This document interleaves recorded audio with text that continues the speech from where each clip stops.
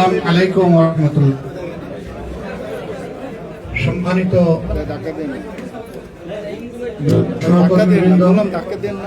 এবং আমরা দুপুরে একবার কিছু কথা বলি, আপনাদেরকে বলেছিলাম ইনশাআল্লাহ আমরা আবার নির্বাচনের ভোট গ্রহণ শুরু শেষ করে বলব। আমি দুঃখ প্রকাশ করছি, এটা কথা ছিল। আমি একটু রোজা ছিলাম, শেষের দিকে একটু দুর্বলতা অনুভব করার কারণে আমার একটু বিশ্রামের দরকার। বিশ্রামের কারণে ওই সময়টা আমি মেনটেন করতে পারিনি। পরিবর্তিত আমরা 7টার সময়, আলহামদুলিল্লাহ আমরা 7টায় শুরু হয়েছি। বাংলাদেশ জামাত ইসলামী ইতিহাসের একটি দুঃখী দল। এই দলটি তার জন্মের পর থেকে নিষিদ্ধ হয়েছে এবং কখনো নিষিদ্ধ হওয়ার পরে দলটি থেমে থাকেনি। গোড়াতেই দলের হাল যারা ধরেছিলেন, এখন তারা কেউ এই দুনিয়ায় নেই, তারা সবাই চলে গেছে। কিছু নেতৃবৃন্দ স্বাভাবিকভাবে তাদের ইন্তেকাল করেছে, আর কিছু নেতৃবৃন্দ জুলুমের শিকার হয়ে দুনিয়া থেকে বিদায় নিয়েছে। আমি আজকের এই আবেগঘন মুহূর্তে তাদেরকে আমার কলিজার সব কিছু উজাড় করে আমি স্মরণ করি। আল্লাহ তাআলার দরবারে দোয়া করি তারা যেন আল্লাহর কাছ থেকে উত্তম পাওনা।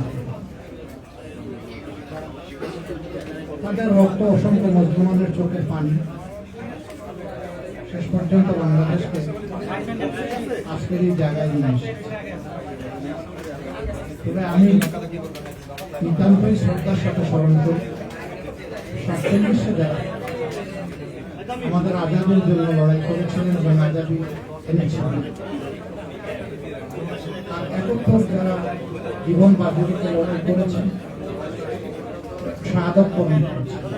আমার কেউ কেউ বেঁচে আছে, আমার পাশেই একজন বীর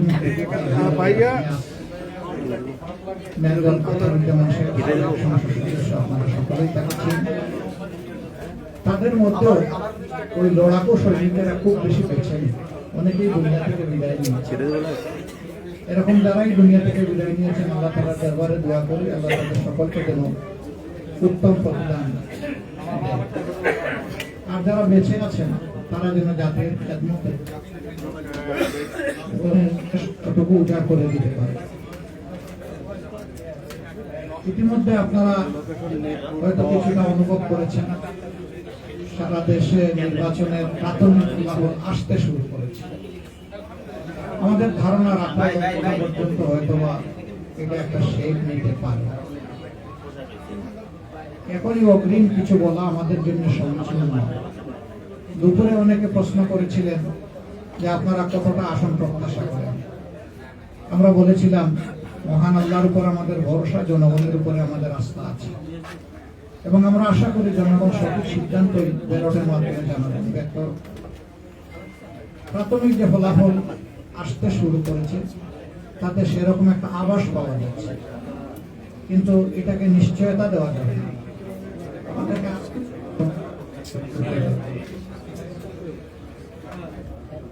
আমার একজন সাংবাদিক বন্ধু ছিলেন অন্য একটি দলের, তিনি বলেছেন আমি তখন নির্বাচন কেবল চলছে, এখনো ভোট গ্রহণ শেষ হয়নি। এই সময় যদি আমরা এই ধরনের কোনো কথা বলি, এটা আমাদের সম্মানিত ভোটারদের প্রতি সুবিচার হয় না। এটা তাদের অধিকার, তারা কাকে বেছে নেবে, তাদের বেছে নেওয়ার শেষ সময়টুকু পর্যন্ত আমাদেরকে অপেক্ষা করা উচিত। সে সময় চলে গেছে, এখন গণনা শুরু হয়েছে। আস্তে আস্তে আপনাদের কাছেও বিভিন্ন জায়গায় আসতে থাকবে, আমাদের কাছে আসবে। এতটুকু কথা বলবো, যদি জাতির কোন গরু আর মহান আল্লাহ তাআলার ইচ্ছায় আমাদের উপরে আসে, আপনাদেরকে আমার বড় করে আমার পাশে পেতেই হবে। আপনারা যদি আমাকে সাহায্য করেন, আমাদেরকে সাহায্য করেন, তাহলে ইনশাআল্লাহ আমরা এই দেশ জাতির জন্য আশা করি করতে পারবো। আমাদের উপরে ইতিবাচক কাজগুলোকে যেমন করবেন, আমাদের ভুল হলেও আমাকে ছাড়বেন না, আমাদেরকে ছাড় দেবেন না। আপনারা যৌক্তিক সমালোচনা করবেন, ধরে দেবেন। আপনারা ধরে দিলেই বড় সাহিত্যটা করা হবে। অতীতে আমরা দেখেছি যে কারণেই হোক, মিডিয়া অনেক সময় যারা শাসন ক্ষমতায় থাকেন তাদের মন্তব্য দিক, নেতিবাচক কোনো দিক তারা সমালোচনা আকারে সহজে তুলে আনেন না, অথবা আনতে পারেন না। সেটাই হোক, আমরা এটা চাইবো না। আমরা চাইবো আমাদের মিডিয়া জগৎ যেন এখানে পূর্ণ স্বাধীনতা ভোগ করে। তবে সেই স্বাধীনতাটা হতে হবে আমার স্বাধীনতা, দেশের স্বাধীনতা রক্ষার জন্য। দেশের সার্বভৌমত্ব এবং স্বাধীনতার কোনো ক্ষতি হয় এমন কোনো স্বাধীনতা ব্যক্তি পর্যায়ে হোক, সমষ্টি পর্যায়ে হোক, কারোর জন্যই কাম্য না।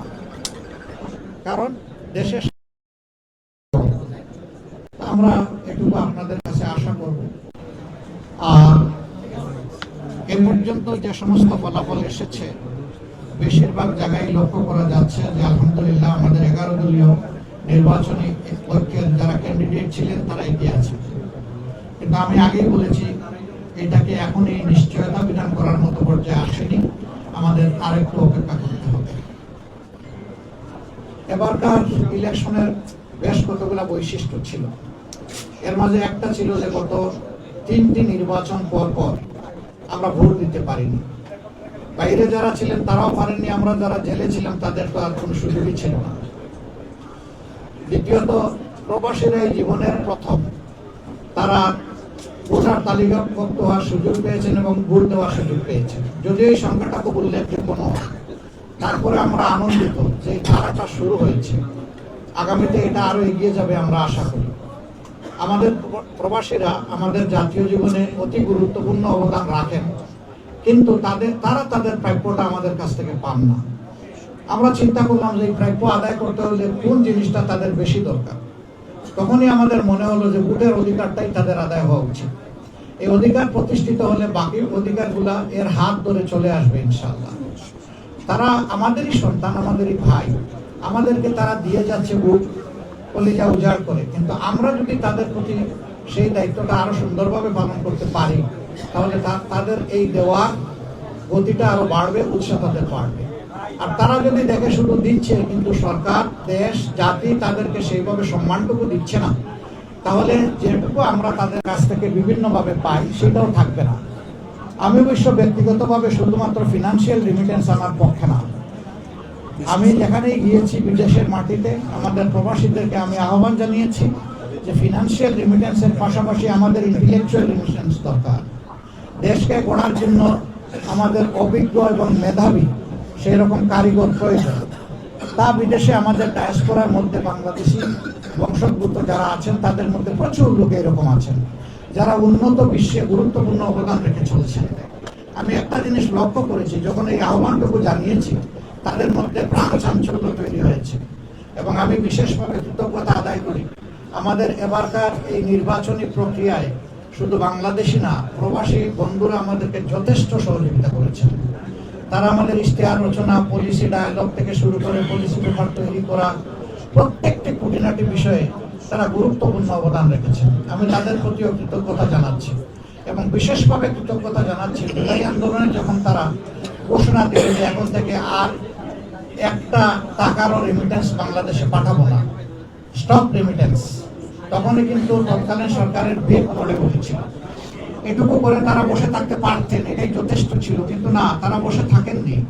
বহু দেশে নিষেধাজ্ঞা উপেক্ষা করে, নিষেধাজ্ঞা ছিল সেটাকে অমান্য করে তারা রাস্তায় নেমেছেন, তারা আন্দোলন করেছেন, তারা মিছিল করেছেন, স্লোগান তুলেছেন স্বৈর শাসনের পতনের জন্য। যার কারণে শুধু ইউনাইটেড আরব এমিরাতসেই 237 জন মানুষকে বন্দী করে তাদেরকে শাস্তি দেওয়া হয়েছে।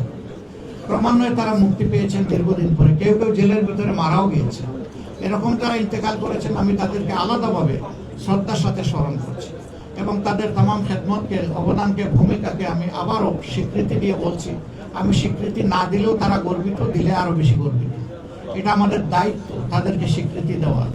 আমরা স্বীকৃতি শুধু দিয়ে বসে থাকবো না, ইনশাআল্লাহ তাদের স্থায়ী স্বীকৃতির জন্য কি করা যায় সেটা নিয়ে ভাববো। এমনকি জামাত এটাও ভাবছে যে ভবিষ্যতে সুযোগ আসলে ইনশাআল্লাহ তারা যে হারে বিদেশে অবস্থান করবেন, যে সংখ্যায়, সেই হারে তাদের জন্য কমফোর্টেবল জায়গা আমাদের সরকারে তৈরি করে দেওয়া হবে আমাদের নৈতিক দায়িত্ব। তখন তাদের অংশীদারিত্বটা আরো বেড়ে যাবে আমাদের এই দেশের। আমরা সেই বিষয়গুলোকেও চিন্তায় রেখেছি। যথাসময়ে আল্লাহ যেন আমাদেরকে সুযোগ দেন এবং বাস্তবায়ন করার তৌফিক দান করেন। আজকের এই মুহূর্তে আমি আসলে কৃতজ্ঞতা আদায় না করে পারি না, করতেই হবে। জুলাই যুদ্ধে যে মায়েরা, যে মেয়েরা রাস্তায় নেমেছিলেন, জীবনের ঝুঁকি নিয়ে, ইজ্জতের ঝুঁকি নিয়ে। পুরুষদের কোনো ইজ্জতের ঝুঁকি ছিল না, শুধু জীবনের ঝুঁকি ছিল। কিন্তু মায়েরা ইজ্জত এবং জীবনের ঝুঁকি নিয়ে তারা রাস্তায় নেমেছিলেন। আমি আমার এই মা বোনদের, মেয়েদের প্রতি গভীরভাবে কৃতজ্ঞতা জানাচ্ছি এবং আমরা চেষ্টা করব